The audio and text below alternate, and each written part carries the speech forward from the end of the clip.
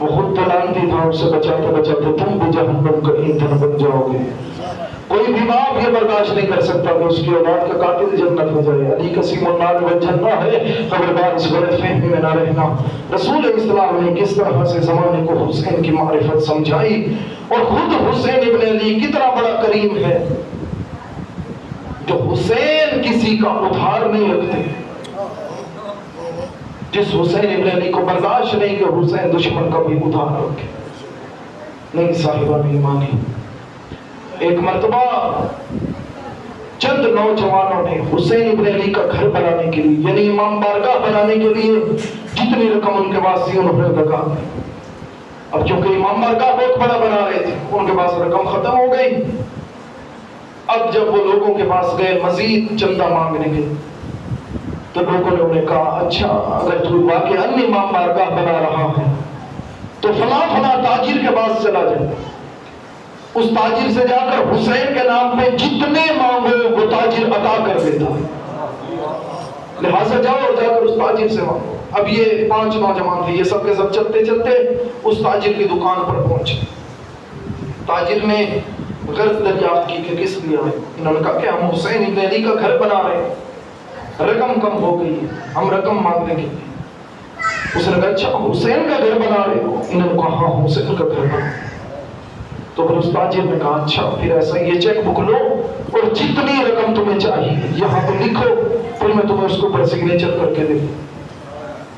اب یہ جو 5 نوجوان تھے انہوں نے کہا ہمیں رقم بہت زیادہ درکار ہے، شاید ہمیں کروڑوں روپے درکار ہے، لیکن اگر ہم اتنی رقم یہاں پہ لکھ دیں کہیں ایسا نہ ہو کہ یہ تاجر بالکل دینے سے انکار کر دے، لہٰذا رقم اتنی لکھی جائے کہ جتنی یہ ہمیں ابھی عطا بھی کر دے، لہٰذا ہم اس سے کم رقم مانگتے ہیں۔ لیکن ان میں ایک نوجوان ہو سکے نہیں، اس نے ہمیں کہا ہے تمہیں جتنی بھی رقم چاہیے یہاں پہ لکھ دو میں تمہیں دے دوں گا، لہٰذا ہم اس کا کہنا مانتے ہیں جتنی رقم چاہیے ہم یہاں پہ لکھ کے دے دیں، دے گا تو بھی ٹھیک ہے نہیں دے گا تو بھی ٹھیک۔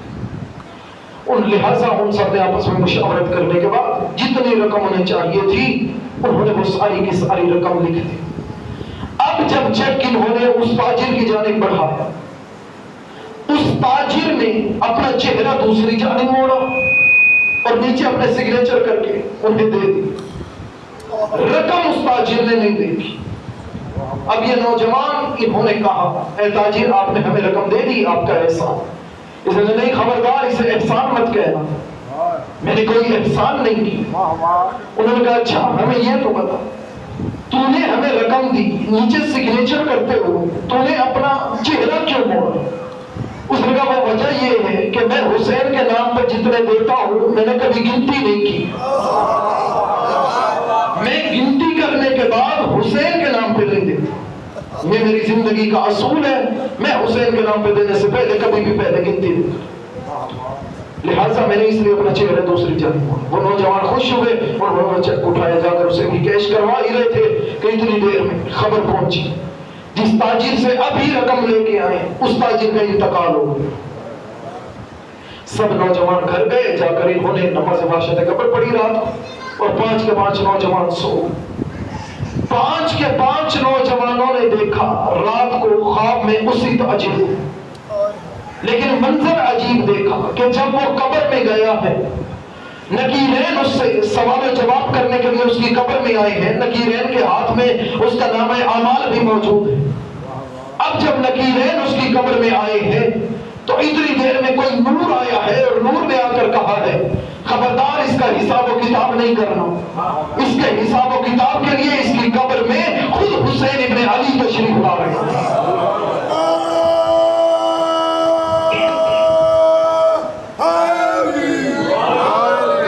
حساب و کتاب کے لیے اس کی قبر میں خود حسین ابن علی تشریف لا رہا۔ اتنی آواز کا آنا تھا کہ پیچھے سے ایک اور صدا بلند ہوئی، اے میرے لال حسین تو اکیلا تو نہیں جا رہا، تیرے ساتھ تیری ماں زہرا بھی آ رہی ہے۔ اس صدا کا بلند ہونا تھا۔ اب وہ 5 کے 5 نوجوانوں نے اس ایک خواب کو دیکھا، اور یہ واقعہ کسی عام تام آدمی نے نہیں، آیت اللہ بروجردی نے اس واقعے کو نقل کیا۔ آیت اللہ بروجردی فرماتے ہیں کہ صدا بلند ہو رہی تھی، اے میرا لال حسین تو اکیلا نہیں جا رہا، تیرے ساتھ تیری ماں زہرا بھی آ رہی ہے۔ کہتے اتنی دیر میں خود حسین ابن علی اس کی قبر میں تشریف لے اور حسین ابن علی آئے تو آ کے نکیرین کی جانب دیکھ کے کہتے ہیں تم اس کی قبر میں کیا کرنے کے لیے آئے؟ انہوں نے کہا اے آقا حسین ابن علی ہم اس سے سوال و جواب کرنے کے لیے آئے۔ امام حسین فرماتے ہیں تمہارے ہاتھوں میں کیا ہے؟ انہوں نے کہا ہمارے ہاتھوں میں اس کا نام ہے اعمال ہے۔ امام حسین فرماتے ہیں اس کا نام ہے اعمال میرے سامنے رکھو۔ جیسے اس تاجر کا نام ہے اعمال امام حسین کے سامنے آیا، امام حسین نے اپنا چہرہ موڑا اور نیچے اس پر دستخط کر دی اور امام حسین فرماتے ہیں میں اس کو شفاعت عطا کرتا ہوں۔ نہیں شاید ابھی پورے مجمع کی توجہ نہیں تھی۔ وہ تاجر دنیا میں حسین کے نام پہ خرچ کرنے سے پہلے اپنا چہرہ موڑا کرتا، قبر میں حسین ابن علی نے اپنا چہرہ موڑا۔ اب وہ نکیرین کہتے ہیں اے آقا حسین ابن علی بے شک آپ جنت کے سردار ہیں، بے شک آپ کریم ابن کریم ہیں، لیکن پہلے اس کے نام ہے اعمال پہ دستخط کرنے سے پہلے، اس کو شفاعت عطا کرنے سے پہلے اس کا نام ہے اعمال تو دیکھیں۔ ہو سکتا ہے گناہ اتنے زیادہ ہو کہ یہ بخشش کے قابل نہ ہو۔ امام حسین فرماتے ہیں دنیا میں میرے نام پہ خرچ کرنے سے پہلے جب وہ شمار نہیں کرتا تھا، اب حسین اس کے گناہوں کو کی شمار کرے۔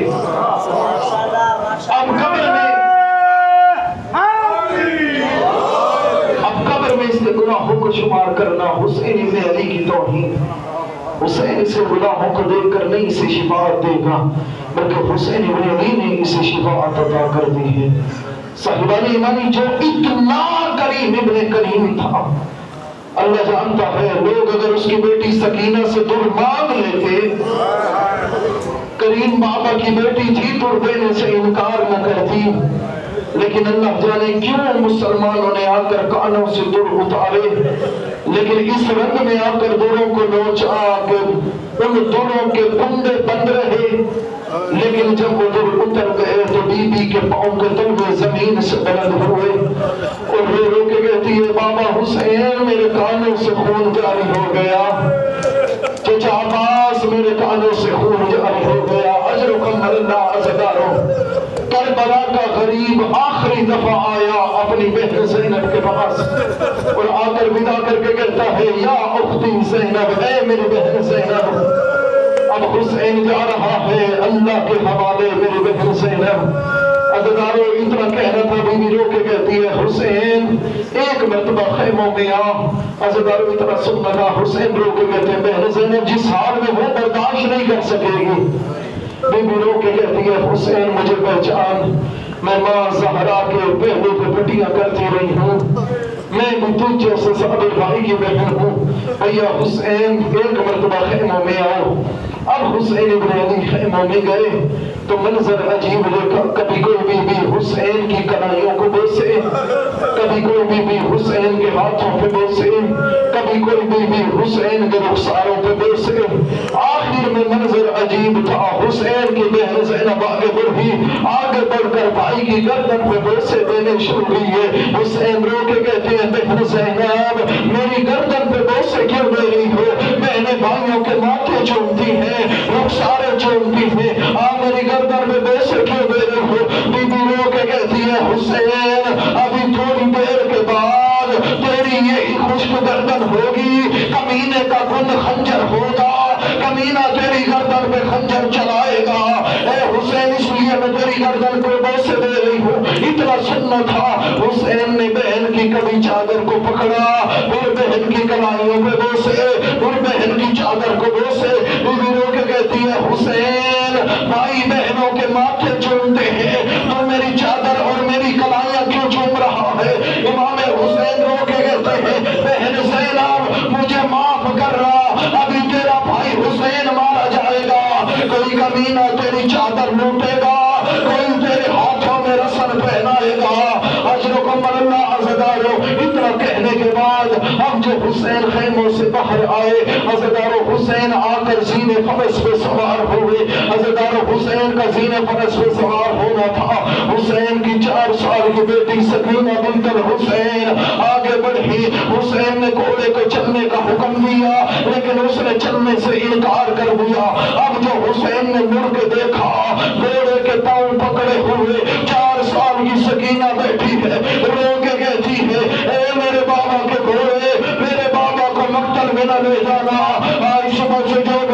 میں گیا ہے وہ واپس نہیں آیا. اب حسین زین سے زمین پہ آئے. حسین رو کے کہتا ہے میری بیٹی سکینہ، میری بیٹی سکینہ اب اللہ کے حوالے. حسین کو مقتل جانے کی اجازت دے. سکینہ بابا کی زندگی میں نہ رو، میرے بعد تو نے بہت رونا ہے. حضرت بی بی رو کے کہتی ہے بابا بابا مجھے بتاؤ کہاں جانے کی تیاری ہے. میرا آپ سے سوال ہے اگر کسی کی چھوٹی بیٹی ہو جب بابا گھر سے چلنے لگتا ہے، اگر بیٹی آ کے پوچھے بابا کہاں جا رہے ہو، ہر کوئی یہی کہتا ہے بیٹی میں تھوڑی دیر کے بعد آ جاؤں گا، میں شام تک آ جاؤں گا. اللہ جانے کتنا غریب تھا حسین جو رو کے کہتا ہے المکان الذی لا یعود منہ احد. سکینہ میں ادھر جا رہا ہوں جدھر جانے کے بعد کوئی واپس نہیں آیا کرتا. میری بیٹی سکینہ اب اللہ کے حوالے. عزادارو آ گیا حسین مقتل میں. حسین نے حملے کرنے شروع کیے. اتنی دیر میں صدا بلند ہوئی یا ایتھا النفس المطمئنہ ارجعی الی ربک راضیۃ مرضیہ. عزادارو حسین نے اپنی تلوار کو میان میں ڈالا. اب کوئی تیر حسین کو مارتا، کوئی تلوار حسین کو مارتا. عزادارو اب حسین سے سنبھلا نہ گیا. اب حسین نے زمین کی جانب آنا شروع کیا. اب جب حسین زمین پہ گر